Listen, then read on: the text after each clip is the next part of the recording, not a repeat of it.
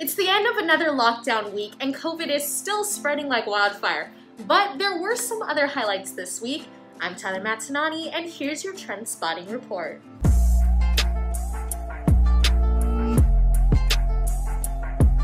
It's another painful week under the safer-at-home order, and it's not getting much better. By the end of Thursday, 50 people were hospitalized for the virus, with 15 so critically ill they were under ICU care. COVID claimed 3 more lives this week as of Thursday. By Friday morning, there wasn't confirmation, but there was a lot of talk of possible outbreak among employees of a large retail store on island. The Link's Sabrina and Chris tried to tease the information out from officials who wouldn't give in. The large retail store in Upper Tumon, however, did have signs outside that it would close for a couple of hours early Saturday morning for deep cleaning. As per casualties, we've got another big one this year thanks to the pandemic, All Souls Day. This week, the Archdiocese of Guam and the island cemeteries decided to cancel the annual event held at cemeteries. All Souls Day is a Catholic high holy day of obligation remembering our dead, and on Guam, it is a huge tradition. Residents clean up grave sites in the days and weeks ahead of All Souls Day, and thousands visit the cemeteries that day for Mass. To keep people from congregating and spreading COVID, cemeteries will close on All Souls Day and the weekend before it too.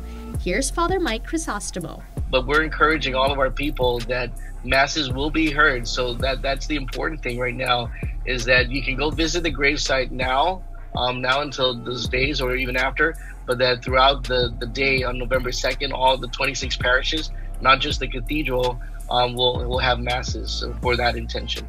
Here are some of your thoughts on that. Maria Cruz comments, "May the perpetual light shine upon them, rest in peace."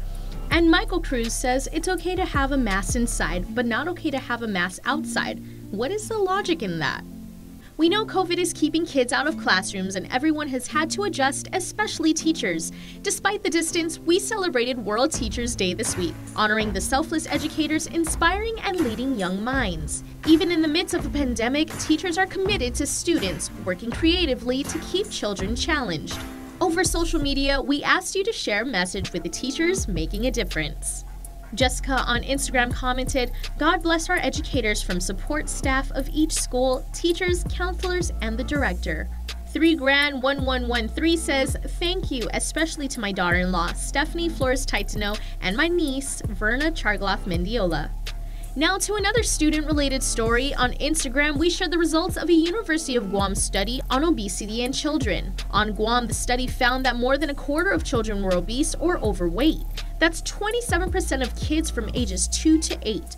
The study surveyed 860 children and their caregivers and found that 99% of children did not consume the recommended daily fruit and vegetable intake, while 40% did not meet the recommended daily hours of sleep. Also, almost 85% of children had more than 2 hours a day of screen time, the recommended amount of time. The average was 5 hours. Co-author and program lead Rachel Leon Guerrero, a registered dietitian, said, quote, "The big and concerning take-home message is the unhealthy habits and behavioral patterns we found likely contributing to this high rate.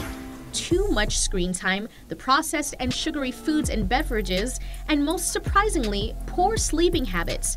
It's a dangerous territory to be in since childhood weight issues can lead to obesity in adulthood, which only increases the risk for health problems like cardiovascular disease and cancer, among others." So we asked if you found it alarming and what should be done.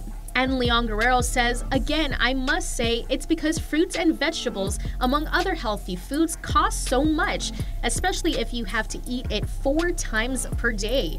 Mel Estoy says, prices for fruits and veggies is expensive versus fast and processed food. I think we'd all like to eat healthy, but as to feed a family, you need to maximize what you are able to provide." Susan S. says, "Especially now with the pandemic, video games, TikTok, and etc." Gina Marie Tenorio Call says, "All the more reason for each household to start up their own garden to grow fruits and vegetables to add to their meals. My daughter just started growing tomatoes, eggplant, bell peppers, calamansi lemon, boonie hot peppers, mango, avocado, green onions, and some herbs like parsley, Italian basil, Thai basil, and dill." Ooh, what a lot. There's nothing stopping people from eating healthy. You just need a little sweat and muscle to get a garden growing, even if it's just a potted garden. A big thank you to all of our teachers that continue to push through this pandemic for our students. Now let's do our part this weekend and stay at home if we can. Until next week, adios!